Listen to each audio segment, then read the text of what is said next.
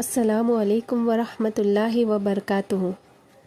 بک حیات طیبہ کا lesson number 2 پیدائش اور بچپن کا چیپٹر 1 خاندان۔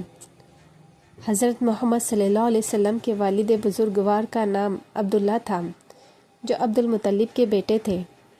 آپ کا سلسلہ نسب تقریباً 60 پشتوں کے واسطے سے حضرت اسماعیل بن حضرت ابراہیم علیہ السلام سے جا کر مل جاتا ہے۔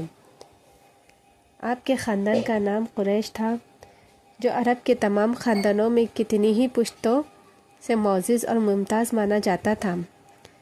عربوں کی تاریخ میں اس خاندان کے کتنے ہی لوگ بہت عزت والے اور بڑے مانے گئے ہیں، مثلاً نضر فہر قصہ بن کلاب۔ قصہ اپنے زمانے میں حرم کعبہ کے متولی بنائے گئے اور اس طرح ان کی عظمت اور بھی بڑھ گئی۔ قصہ نے بہت بڑے بڑے کام کیے، مثلاً حاجیوں کو پانی پلانے اور ان کی میزبانی کا انتظام وغیرہ۔ یہ کام ان کے بعد ان کے خاندان والے کرتے رہے۔ ان خدمتی کاموں کے کرنے اور حرم کعبہ کے متولی ہونے کی وجہ سے قریش کو تمام عرب میں بڑی عزت اور اہمیت حاصل ہو گئی تھی۔ عام طور پر عرب میں لوٹ مار کا رواج تھا اور راستے محفوظ نہ تھے، لیکن حرم کعبہ سے نسبت اور حاجیوں کی خدمت کی بنا پر قریش کے قافلوں کو کوئی نہیں لوٹتا تھا اور وہ امن کے ساتھ اپنا مال تجارت ایک جگہ سے دوسری جگہ لے جاتے تھے۔ عبد المطلب کے 10 یا 12 بیٹے تھے، لیکن کفر یا اسلام کی خصوصیت کی وجہ سے ان میں سے 5 بہت مشہور ہیں۔ ایک جناب عبداللہ، جو حضرت صلی اللہ علیہ وسلم کے والد بزرگوار تھے۔ دوسرے ابو طالب، جو اگرچہ اسلام نہیں لائے لیکن انہوں نے ایک عرصے تک آپ کی سرپرستی کی۔ تیسرے حضرت حمزہ اور چوتھے حضرت عباس رضی اللہ تعالیٰ عنہ۔ آپ صلی اللہ علیہ وسلم کے یہ دونوں چچا مشرف با اسلام ہوئے اور اسلامی تاریخ میں بڑا اونچا مقام حاصل کیا۔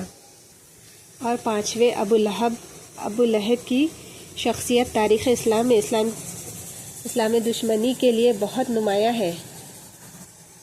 عبداللہ کی شادی قبیلہ زہرہ میں وہب بن عبد مناف کی لڑکی سے ہوئی، جن کا نام آمنہ تھا۔ قریش کے خاندان میں آپ بڑی ممتاز بیوی تھی۔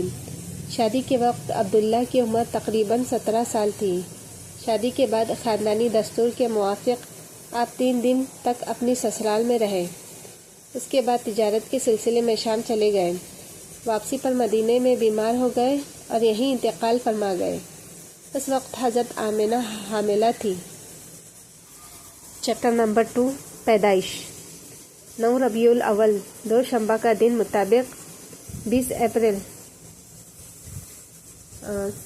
571 عیسوی کی وہ مبارک صبح تھی جب رحمت الہی کے فیصلے کے مطابق اس باسعادت ہستی کی پیدائش ہوئی، جس کے وجود سے سارے عالم کی اندھیاریوں کو دور ہونا تھا اور انسانیت کو وہ نور ہدایت ملنا تھا جو قیامت تک اس زمین پر بسنے والے سارے انسانوں کے حق میں مالک کائنات کی سب سے بڑی نعمت ہے۔ والد کا تو انتقال ہی ہو چکا تھا۔ دادا عبد المطلب نے آپ کا نام محمد صلی اللہ علیہ وسلم رکھا۔